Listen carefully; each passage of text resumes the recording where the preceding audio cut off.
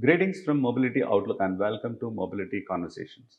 Our guest for today is Ms. Shraddha Suri Marwa, President ACMA. Shraddha, welcome to the show. Thank you very much. So, at the recently concluded Yes. convention, ACMA convention, you emphasized on sustainability, how to drive it to the tier one companies and down the line. If you can throw more light on this. So we're doing a lot of work on sustainability. We actually have a pillar that is devoted to it. We also have the ACMA sustainability program that is running, through which we are educating the entire value chain and their people on concepts of it. So I think as an ecosystem, we need to learn more and evolve on it. Okay. So taking this to tier twos, Correct. that's going to be a huge challenge. Yes. What role would you play?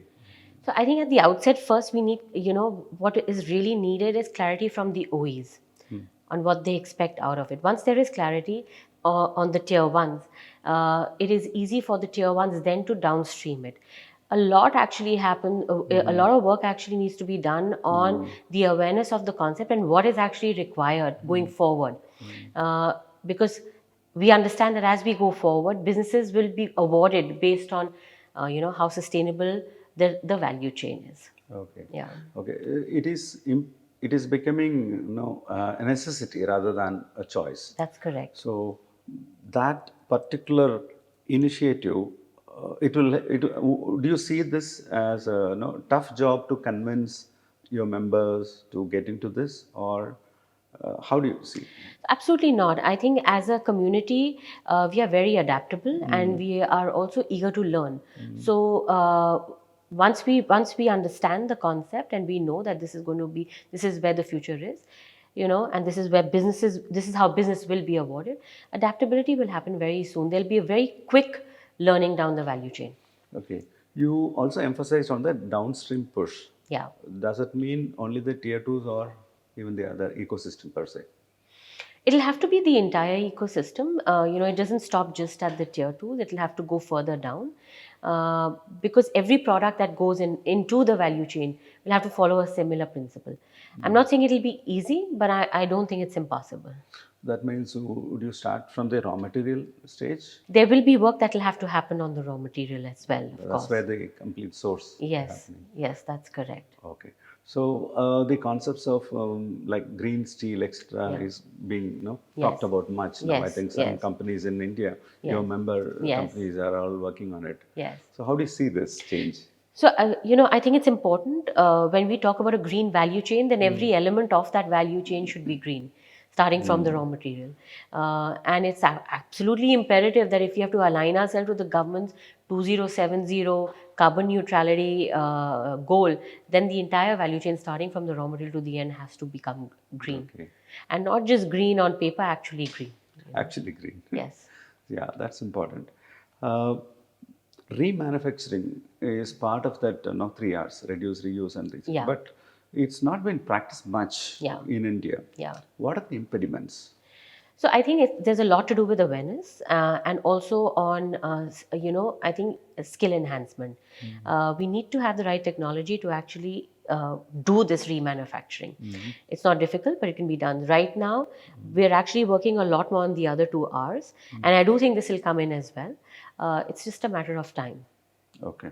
So the experts say that the non-availability of reverse logistics for remanufacturing is one of the key impediment.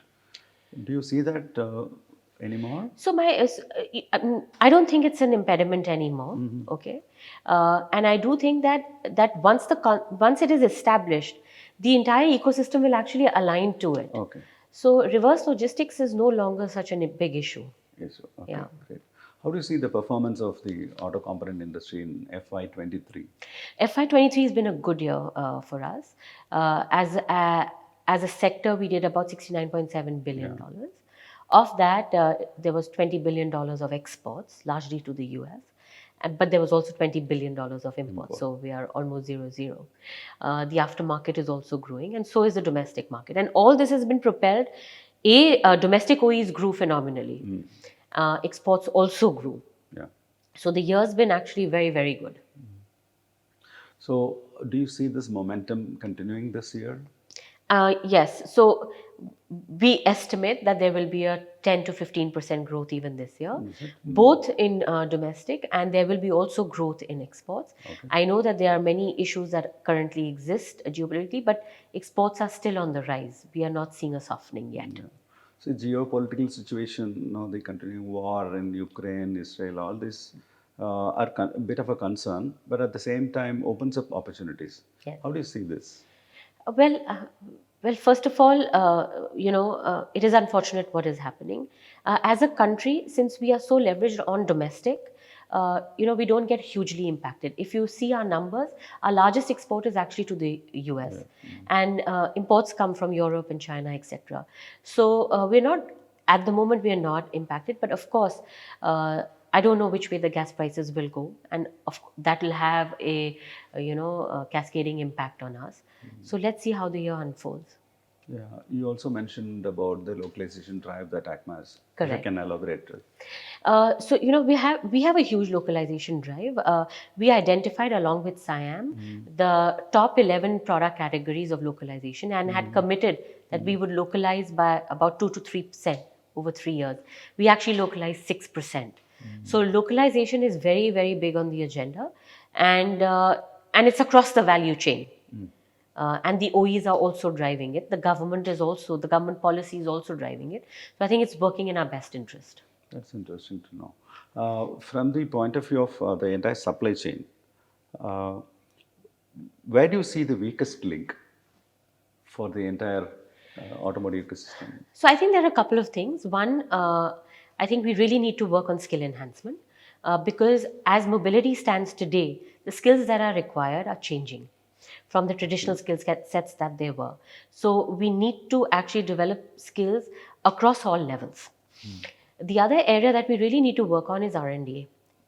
More on design in India and more on how we actually get into the detailing of the design that goes behind the product, not just build to print. So I think these are the two areas that we need to actually put more of our focus and energy on. Yeah, that's interesting. Skilling. Correct me if I'm wrong. There could be more unlearning than learning. No, with the way in which the manufacturing ecosystem is changing, with a lot of automation, IoT, etc. So So I think that I don't think we need to unlearn. What we need to do is actually enhance our learning and change the way we think. Uh, the base, of course, remains the same. It's just how we execute it is changing because technology is changing so rapidly, and we have to align to it and move forward with it, and we will. yeah, you touched upon R&D. Yeah. So still the percentage of R&D spent is Correct. very limited. Yes. So what kind of push ACMA can give? So we're actually working. So we're working on different programs.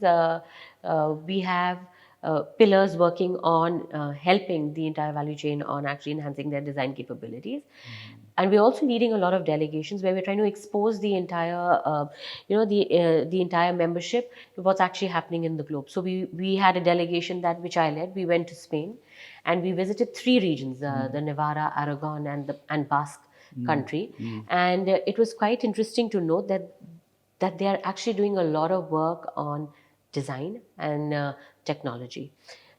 Through these missions, we also, get people to meet either potential people who want to invest with them or do technology tie-ups or business opportunities, and that through this cascading way, we actually, educate the entire membership.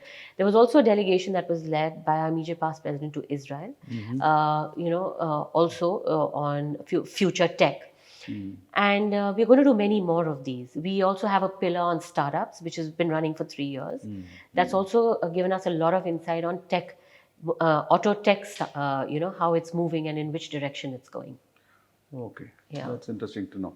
That startup focus will be, you will have a separate committee for this to have a We more already have a attention? pillar that is working on Okay. it for the Oh, last so 3 years. that's a pillar Yeah, that you mentioned yeah, is a committee. yeah. The committee, yes. Okay, okay. On the manufacturing side, when we come to manufacturing or the component side, the mobility scenario is changing. Correct. From ICE to alternate Correct. fuels. Alternate fuels again, ICE will probably sustain by using LNG or hydrogen, etc., while e-mobility is stepping in. How do you see this new mobility scenario changing the fortunes of component manufacturers? I think it's an area of huge opportunity for us. While we understand that the whole pie is increasing, so it's not that ICE is going away. ICE is also growing, and that again is an area of opportunity for us, because with the rest of the world actually shutting down ICE, we will be one of the last people standing, to actually invest in and take it forward. So I think ICE itself is an area of big opportunity, and when it comes to EV, of course, with alternate components coming in, investments in telematics, in ADAS, in other electronics. I think the world's just opening up for us, and let's see how it goes. Yeah. So world is opening. That means you have a lot of opportunities for exports also, right? Of course, yes. I think that the whole China plus one or India plus one, however you may call it, is working to our advantage. We do think that India can become a huge export hub. So we're going to not just make in India for India, we're going to make in India for the rest of the world. Yeah.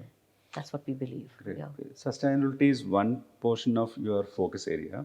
What are the other focus areas that you will look at it during your term? So as I said earlier, I think R&D is very important. We're going to definitely work on that. We're going to work on skilling. Skilling is important. So we're going to be working a lot. We're going to invest a lot of time on skilling. And of course, diversity. I think that is one area, along with sustainability, of course, and then diversity. I think we need to, our sector needs a lot more of that. And we do think that brings in value. How difficult or easy is for you as a president to emphasize on DEI, diversity, equity, and inclusion? I don't think it's very difficult. I mean, I'm a standing example of the same. And I think the entire membership today realizes that this is the way to go, because diversity brings with it not just diversity in gender, it brings diversity in thought. And with diversity in thought comes innovation. So, it's all interconnected. Yeah, lastly, I would like to know about your initiative to mobilize membership for ACMA. Yeah, so we have a very, as we are divided into 4 regions, so each regional head works towards membership enhancement, and with the good work that we are doing and the value that we bring in terms of, various domestic and international meets, which actually culminate, into business or relationships. I think the membership is on its way up. Yes. Shreya, thank you so much for your Thank time. you very much, sir. Thank you.